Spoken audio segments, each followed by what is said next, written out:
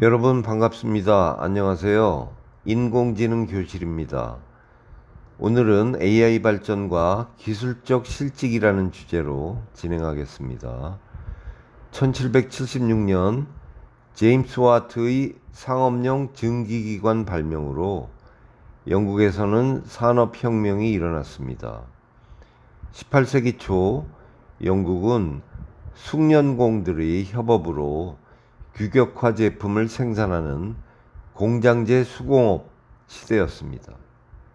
증기기관이 공장에 보급되어서 자동화를 이룸으로써 블루칼라 노동자들의 대량 실직 사태가 일어나게 됐습니다. 이런 것을 기술적 실직, Technological Unemployment라고 합니다. 이에 따라서 기계 때문에 실직한 노동자들의 반발로 기계 파괴 운동, 러다이트 무브먼트가 크게 번졌습니다. 노동자들이 공장에 가서 증기기관을 해머로 때려 부수는 일이 벌어졌습니다. 우리나라도 조선시대 말기에 마차꾼들과 인력거꾼들이 시내에 새로 등장한 자동차를 불지르는 사건이 벌어지기도 했습니다. 자동차가 어린아이를 치여서 사망사고가 났다는 것이 명분이었지만 사실은 이것도 기술적 실직을 두려워한 기계 파괴 운동이었습니다. 그렇다면 이제는 지식근로자, 즉 화이트칼라의 차례일까요? 2015년 1월 AP통신 기사는 애플의 1사분기 실적이 월스트리트의 예상치를 웃돌았다라는 기사가 나오고 있는데요. 이것은 Automated Insight라는 회사의 인공지능이 작성한 기사로서 로봇 저널리즘입니다. 로봇 기자는 1초에 2,000개의 기사를 작성할 수 있습니다. LA타임스가 2014년 3월 지진 발생 8분 만에 속보를 작성할 수 있었던 것도 이런 사례였습니다. 이에 따라서 시카고 트리뷴은 2012년에 기자 22여 명을 해고했습니다. 2011년 뉴욕타임스 기사에서는 비싼 변호사들이 값싼 소프트웨어로 대체되고 있다라고 쓰고 있습니다. 로펌에서는 재판과 변론을 위해서 수많은 판례와 관련 법률 검토 작업을 하게 됩니다. 2016년에는 10년 내에 미국 법조계 일자리의 39%, 11만 4천여 개의 일자리가 자동화 소프트웨어로 대체될 것이다 라고 예상하고 있습니다. 2017년 1월 일본 후쿠오쿠 생명보험은 보험금 지급 여부 심사용 IBM 왓슨을 도입했는데요.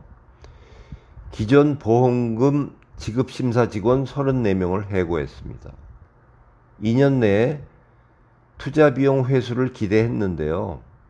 IBM 왓슨의 도입 비용은 20억 원이었고 유지 보수 비용은 1년에 1억 5천만 원이었습니다. 생산성이 30% 향상되었고 매년 14억 원의 인건비가 절감되었습니다. 그렇다면 앞으로 다른 지식근로자인 의사, 변리사, 은행원, 증권사 직원 또는 직업운전사와 같은 직업에 당연히 영향이 있지 않겠습니까? 다음은 컴퓨터와 인간의 세기적 대결에 대해서 살펴보겠습니다. 시작은 체스, 즉 서양 장기죠. 체스 챔피언과 컴퓨터의 대결이었습니다. 우선 1989년에 미국 피츠버그에 있는 컴퓨터 과학으로 유명한 카네기 멜론 대학에서 IBM의 지원을 받아서 개발한 딥소우트가 시초였습니다. 그 후로 체스 컴퓨터는 딥싱크, 딥블루, 딥프리츠, 딥주니어 등으로 이어지는데요.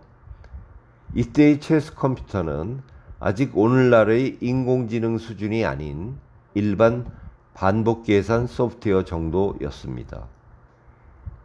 1980년대 말에 어느 동성애 관련 성인 영화의 극장 상영을 연방정부가 금지한 일이 있었는데요. 이 사건 때문에 당시 미국 지식인 사회에서는 정부가 표현의 자유를 침해한다며 엄청난 반발이 있었습니다.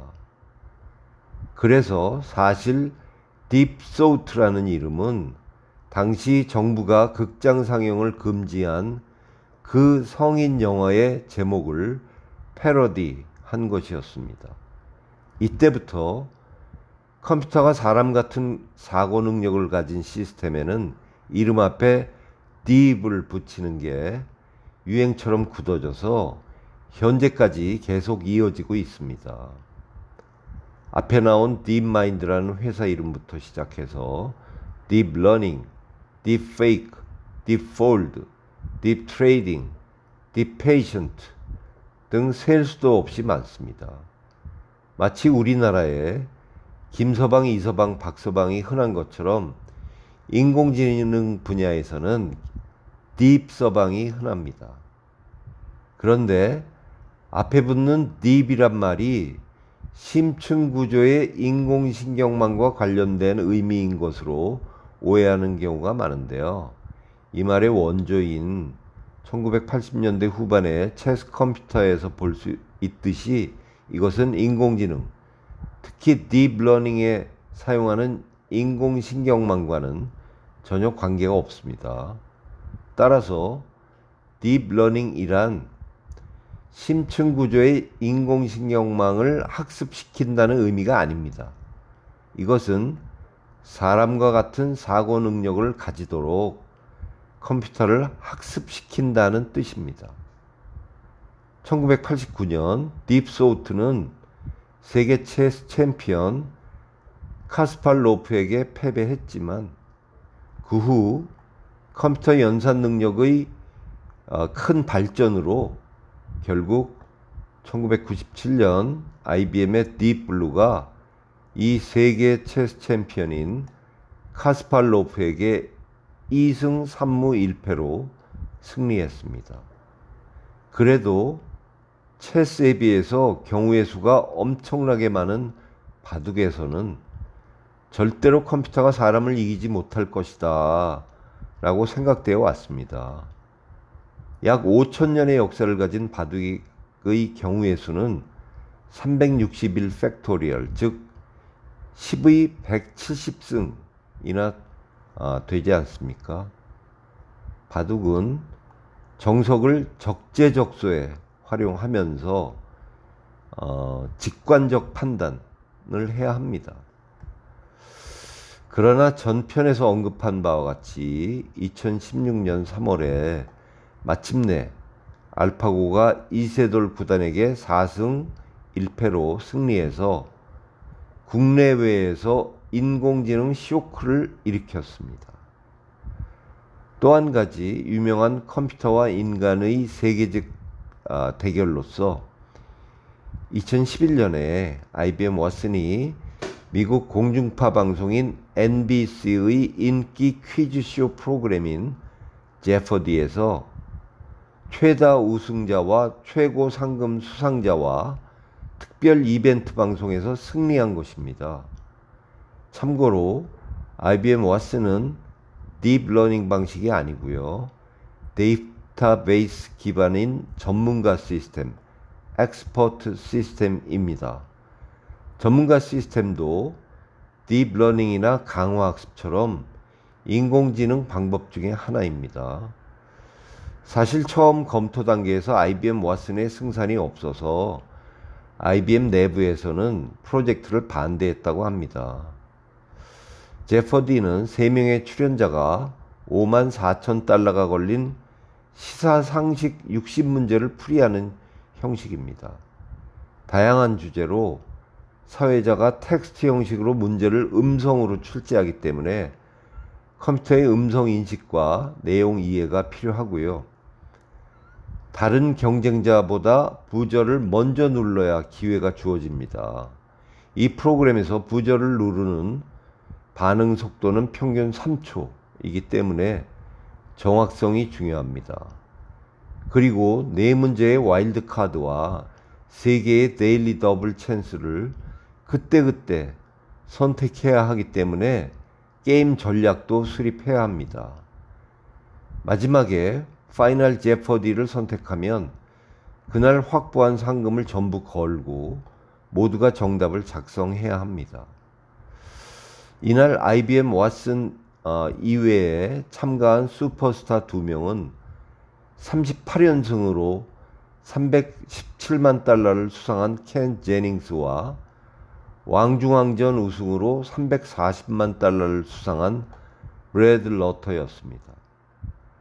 이들은 IBM 왓슨에게 패배하고 나서 우리는 새로운 종류의 사고하는 기계에 의해서 밀려난 최초의 지식 근로자이다 라는 유명한 말을 남기기도 했습니다.